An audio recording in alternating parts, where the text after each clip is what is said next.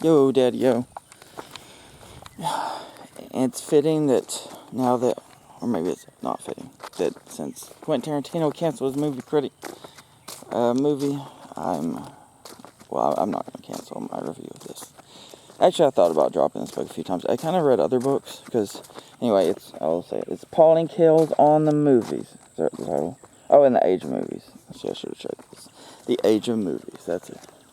Because I think she has some other book on movies. It doesn't matter. It's Selected Writings of Pauline Kael, apparently edited by Sanford Schwartz.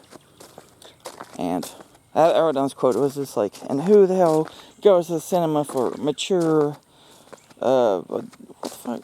You meant like serious art anyway, or something. Who the hell cares? Doesn't matter. Like, she does all these interesting comparisons. Like, she, in the section I'm reading now, she's talking about how sexy Clark Gable is, but she's like, but Clark Gable is like, he just radiates sex or something, but like Cary Grant, he's like sophisticated, and you have to pursue him, and I don't know, I probably should, I actually didn't write a lot of notes for this one, I just haven't, I don't know, it's an interesting book, but, whereas like the cinema speculation book with Quentin Tarantino, I could kind of just get into it and enjoy everything about it. This one's can be harder to enjoy.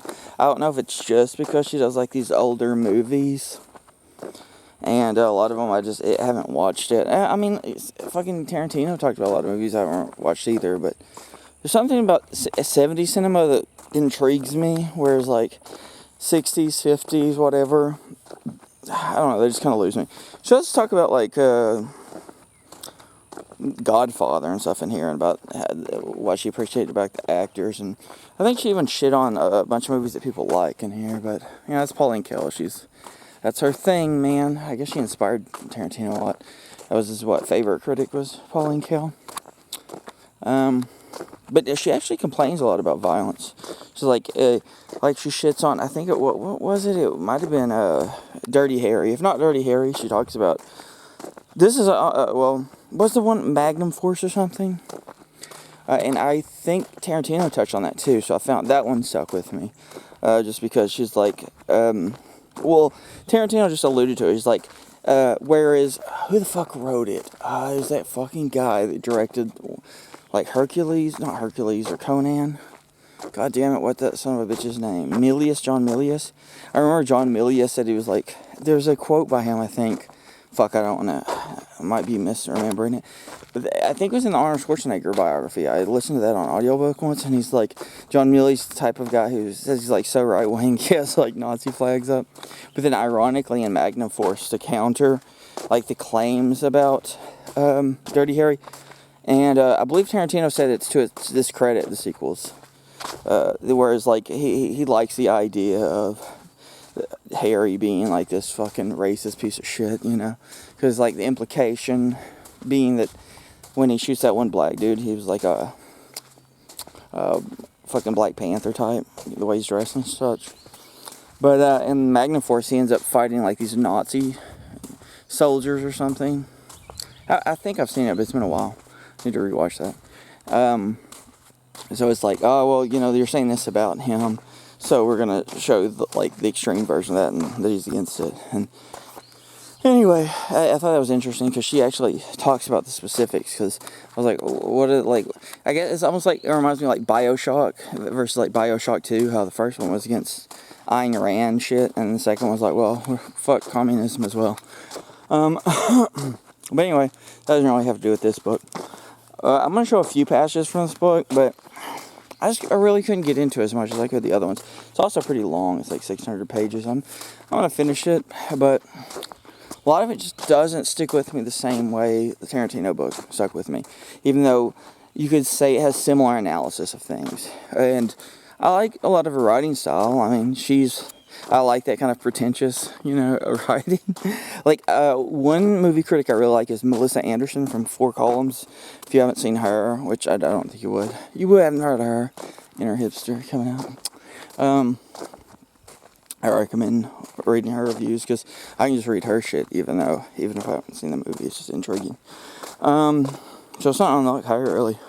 Not like I've just sat down and read every fucking Melissa Anderson review either. I almost want to just like turn to some random page because I feel like I don't have a ton to say on her. But I probably couldn't. Of course, let's see reviews. She talks about Antonini, blah blah blah. Usual. No, I don't. There's not a lot. Tennessee Williams. The role. Oh, she's talking about. Oh yeah, that's one of her famous ones, the Bonnie and Clyde review. But yeah, fuck it. I'm just gonna end up showing a few passages.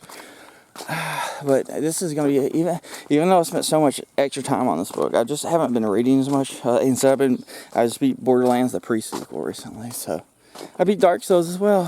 Surprised I could beat Dark Souls. I used the fucking mage class though, because I'm a bitch. All right. Well, anyway, I'm gonna go ahead and give my. I guess, man, like it's hard for me to say I want to recommend this, but it might just be my own personal problem. Like, it's hard to say you shouldn't read Pauline Kael because she's such an important critic, so I should probably give her a chance, but it's hard for me to fully recommend the book if I'm not enjoying it as much as I thought I would. But it could just be like, I'll say it at the time, and I don't know. Like, I've got other books I'd rather read right now. Like, I have this one on the wrestling territories that Jim Cornette recommended. Forgot that dude's name, but if I review his book, I'll talk about it, I guess. So yes, I'm gonna show some shit, but I just don't have a ton to say about her. I don't know. I'm not very inspired by this book, surprisingly. I took a break from it to read other things, including the Tarantino book. So we'll cut, and I'll show a few passages. And I don't even have a ton. So we'll do it. I'm doing my fucking fat. Hey Lolita, hey, hey Lolita, hey. So. Lana Del Rey song. Anyway, there's this reviewer named Stanley Kaufman. He's praising like how you see street gangs as they really are, and she just shits all over. I do like this where she shits all over West Side Story because fuck West Side Story and most musicals. But yeah, she shits all over here. I'm not even gonna read all of it. But it's like, despite Kaufman's feeling that we are seeing street gangs for the first time as they really are. That's such a ridiculous quote for West Side Story. I wonder how the actual street gangs feel about the racial composition of the movie's gangs. For of course, the Puerto Ricans are not Puerto Ricans. And the two gangs, they're like fucking ballerinas. Yeah, I don't think there's ballerina gangs unless you're watching like The Warriors or some shit. They're about as humans as the Munchkins. The sweet version from Puerto Rico. Machine told of Hollywood images. Yeah, just like you probably should read this and just her just shitting all over West Side Story. Hell yeah. And the Negroes and stuff. Blah, blah, blah. Bosley should be heard by thoughtful people all over the land. Yeah, I don't remember. But, yeah, fuck West Side Story. So, yeah. He's talking about, which talks about it here too, same thing, which, the brotherhood of man. The idea of the book filled in because it's really about the brotherhood of man. I averted my eyes in embarrassment and hoped that my face wasn't breaking into a crooked grin. It's a good conversation closure, the brotherhood of man. Yeah, it seems very cliche. The continuity of man and nature. God is all. No man is an island. Yeah, serious themes, man. Sometimes when I read film critics, I think I can do without brothers. Beautiful. A deep and divided heart of Hollywood. As a schoolgirl, my suspiciousness about those who attack American materialism was first aroused by the refugees from Hitler, who so often contrasted their culture with our vulgar materialism, and discovered that their culture consisted of their having had servants in Europe and a swooning acquaintance with the poems of Rilke, the novels of Stefan Zweig, Leon Feuchtwanger, the music of Mahler and Bruckner, and as the cultural treasures they brought with them were likely to be Meissen porcelain, Biedermeier furniture, I don't care if I'm pronouncing these all wrong, Oriental carpets, wax fruits, and bookcases with glass doors. It wasn't too difficult to reconstruct their culture, but there was a stuffier, more middle-class materialism and sentimentality than they could afford in the New World. These suspicions were intensified about later experience. The most grasping Europeans were almost inevitably the ones who leveled the charge of American materialism. Just recently, as a film festival behind the Iron Curtain movie director interrupted my interview with him to fawn over Every Hollywood dignitary, or supposed dignitary, who came in sight concluded an interview with you. Your Americans won't understand this, but I don't make movies just for money. Americans are so vulnerable, so confused and defensive of prosperity, and nowhere more so than in Hollywood, where they seem to feel they can cleanse it, justify their right to it, by gilding it with culture. As if to say, see, we're not materialistic. We appreciate the finer things. The haunting scene law. Yeah, I don't know if this is all.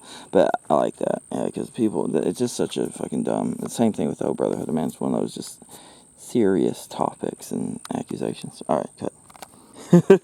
My friends, more or less socialists, detest the crude HUD. And yeah, this is interesting. This is kind of more the fun stuff. They hate cops, but call them the first hint of a prowler.